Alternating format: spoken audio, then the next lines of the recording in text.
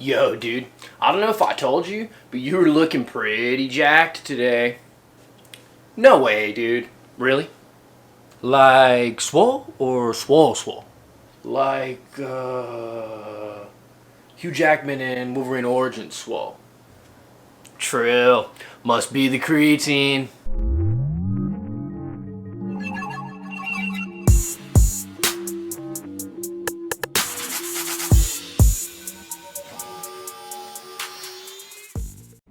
Let's get it.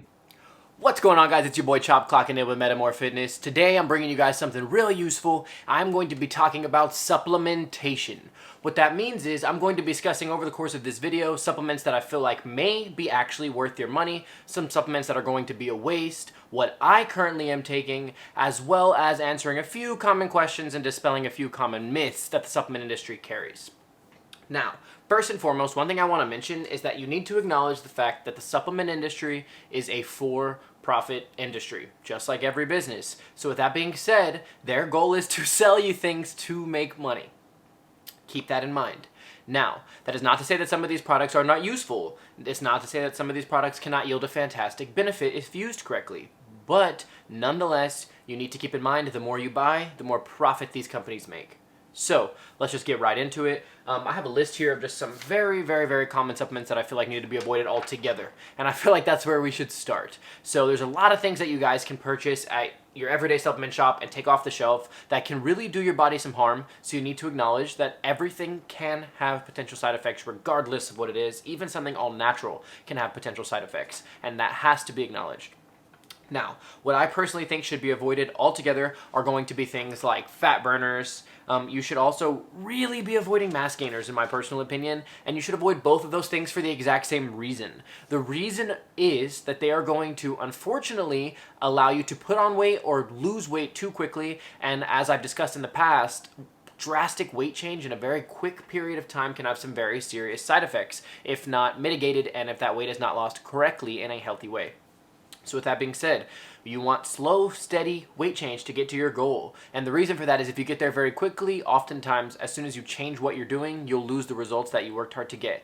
So avoid fat burners and avoid mass gainers. Also, these things are normally not going to be very healthy ingredients. So with that being said, mass gainers are often going to have a ton of fillers just to give you calories, just so that way you feel like you're putting on weight. A lot of these are going to be empty calories with very little nutritional value.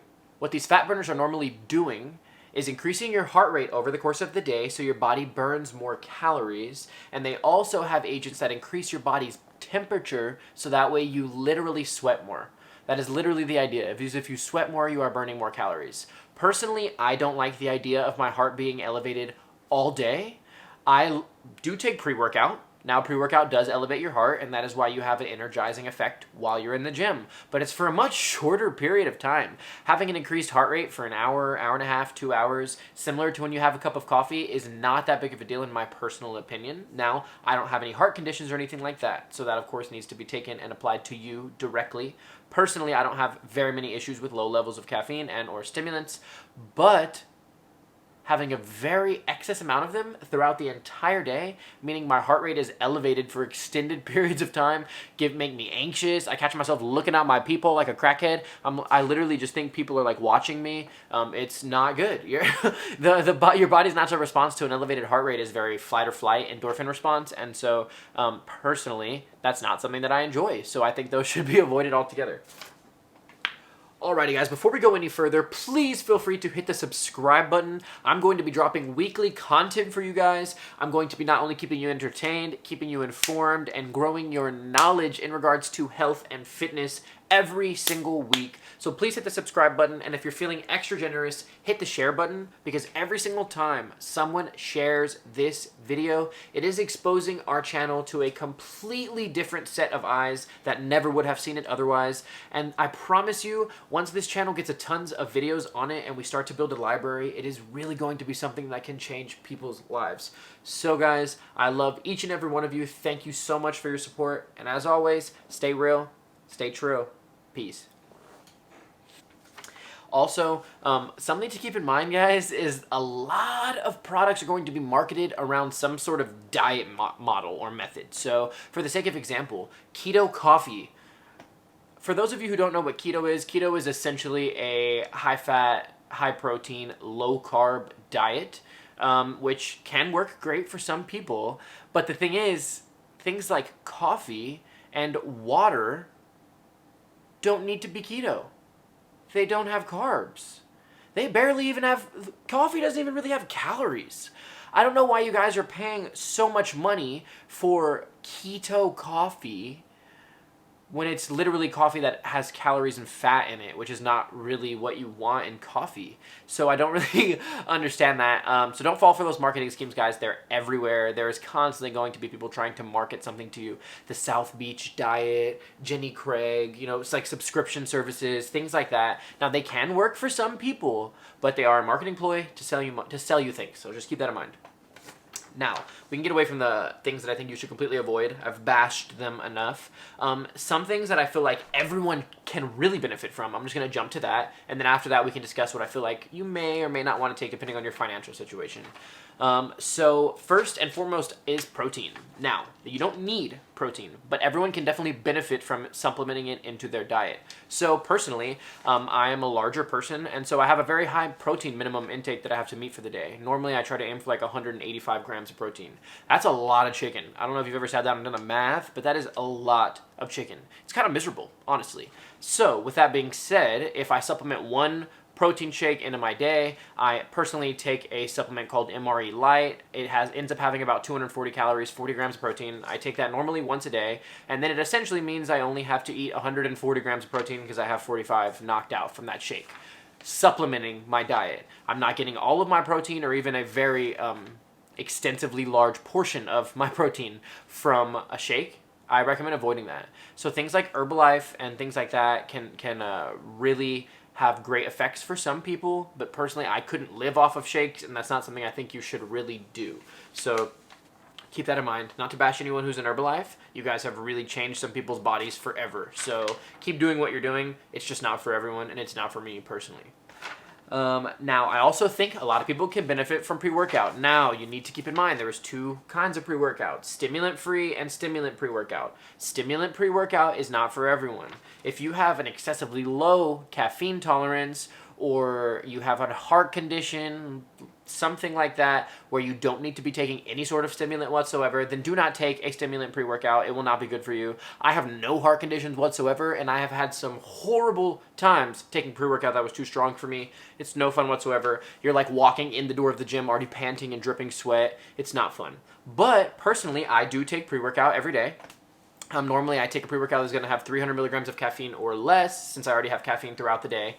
And so I also do think utilizing a non-stem pre-workout, maybe like some sort of pump product, can be really useful as well. So personally, I do also currently supplement a non-stem pre-workout with my stem pre-workout. It's a pump product. It's by a company called Alani Nu. Now, Alani Nu is a very holistic and all-natural company in regards to supplementation, which is very rare in the industry. So if you are into the whole like organic as possible kind of thing, then that is definitely something you should consider. They have some really fantastic products like protein bars, energy drinks, tons of stuff. I really utilize them almost every day, and I really like their pump product. So if you're into non-stem, then that is a really good option, something you really want to look into.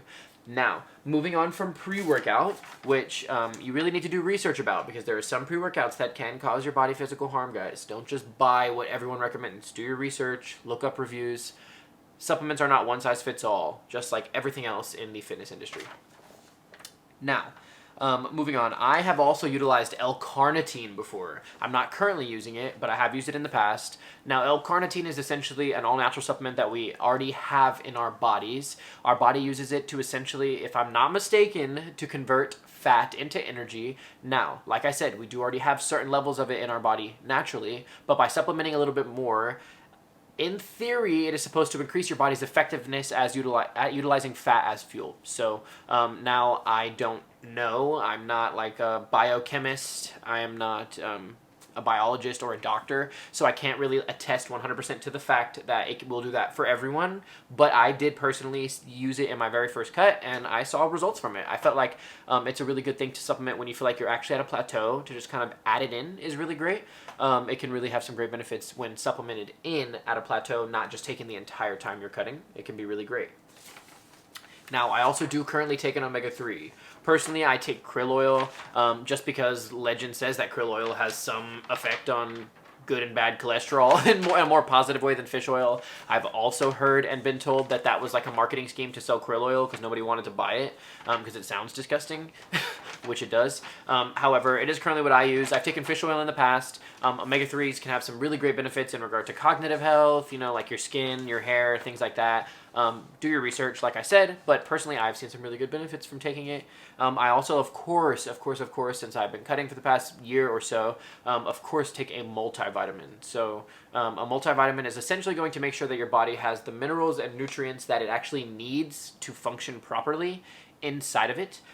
So oftentimes when you're dieting, you're in a caloric deficit, which also means you are in a nutrient deficit as well. It's kind of impossible to hit every macro and micronutrient that you need when you're dieting, essentially because you are depriving yourself of calories and nutrients to lose weight or to cut, for the sake of example. And so with that being said, multivitamins can essentially be supplemented when you are cutting to make sure that your body is not deprived of any nutrients. So do your research, compare nutrient facts of different multivitamins, compare the cost. Also, a little tip when buying supplements, pay attention to the serving size on the nutrition facts. Oftentimes, I have found myself thinking I was getting a better deal than I actually was, purely because of the dollar amount, and I neglected to acknowledge the fact that one had a more servings in it than the other. So oftentimes, one product will have 15 servings, whereas another may have 30 or 45. So compare that. I really try to personally break down like a per unit price, like a per vitamin, for the sake of example. That'll help you determine which one is the cheapest. And then also, this is just a rule of thumb that I like to use. It's not really like 100% accurate or like the law or anything. When I'm purchasing or switching to a different brand of multivitamin, I try to pick the one that has the most 100% in the nutrition facts, really just because a lot of the times I have purchased multivitamins and after the fact checked out the nutrition facts, and most of the vitamins are going to be only satisfied to like a extent of 30% or 40%.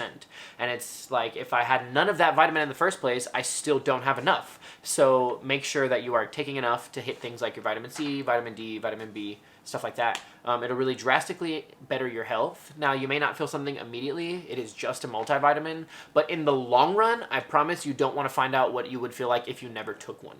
So personally, I take one every day.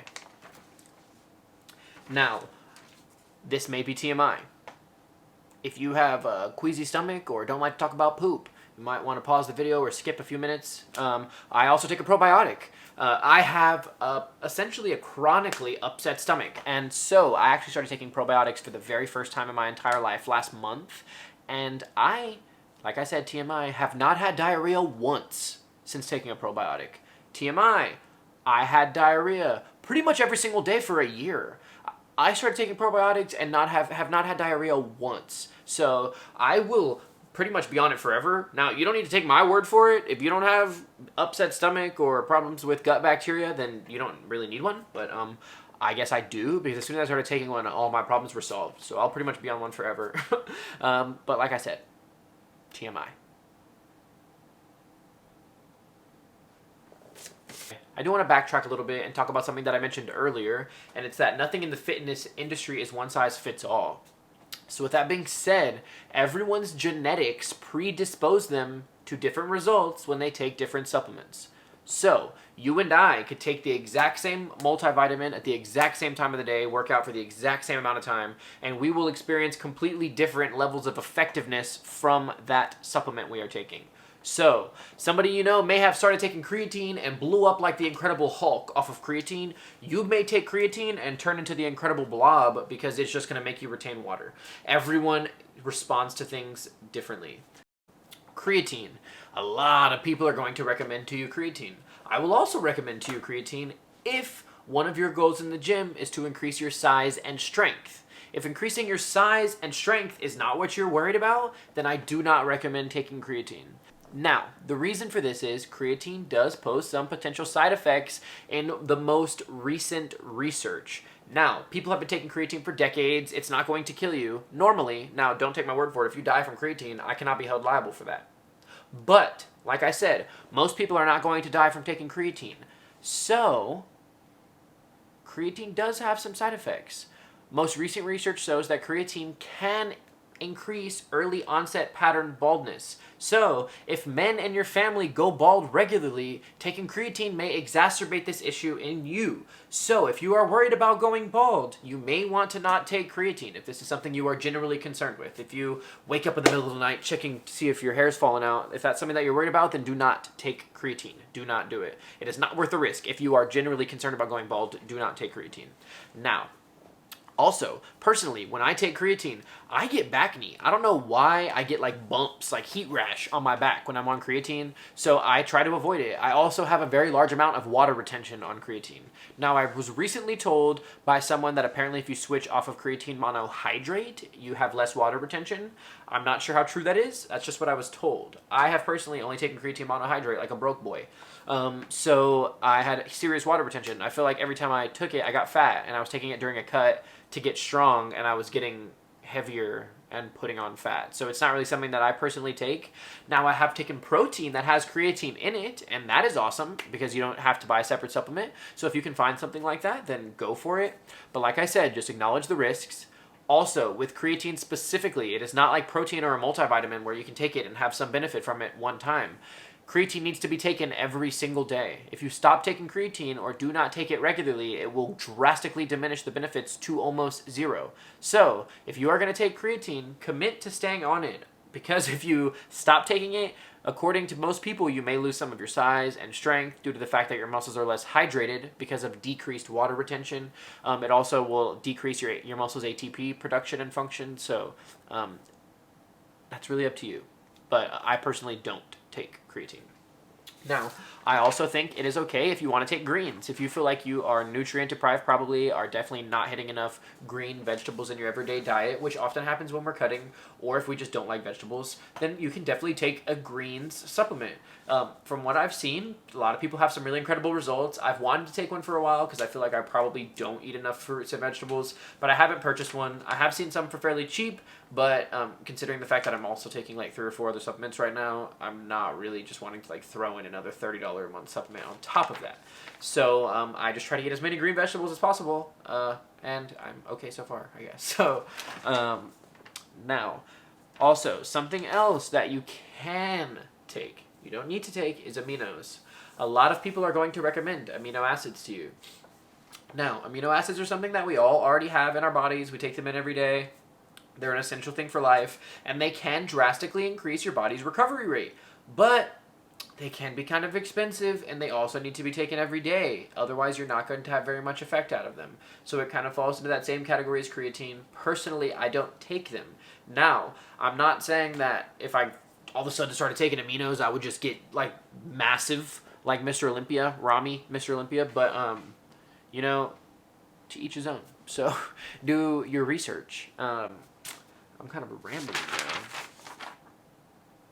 So supposedly, taking aminos can kind of increase your rate of muscular growth, and it can increase your rate of muscular recovery, according to most research. So if you are willing to spend the money and are going to make sure that you take it every day, then that is completely something that you can do and you can employ in your diet if you would like. I personally don't take an aminos, but I do know a lot of people that do take them and have some decent results from it. So do what you want to do. Do your research, make sure it is right for you. Oftentimes, if you visit websites, guys, that for supplements, they know that they're building brand loyalty when somebody finds a product that they like in the supplement industry. So they will just throw samples at you the more that you ask. So ask, try around. Rocks will give you tons of samples if you want to try different products. Also, so will most supplement shops. They have drawers full of samples at these places to try to get people to be brand loyal to products. So try different things. If something freaks you out or scares you, don't take it. If you feel like your body could benefit from something or you may be lacking somewhere in your diet, then take it, supplement it, fix your diet. These are things that are meant to be supplemented into your diet. So with that being said, guys, as always, stay real, stay true, peace.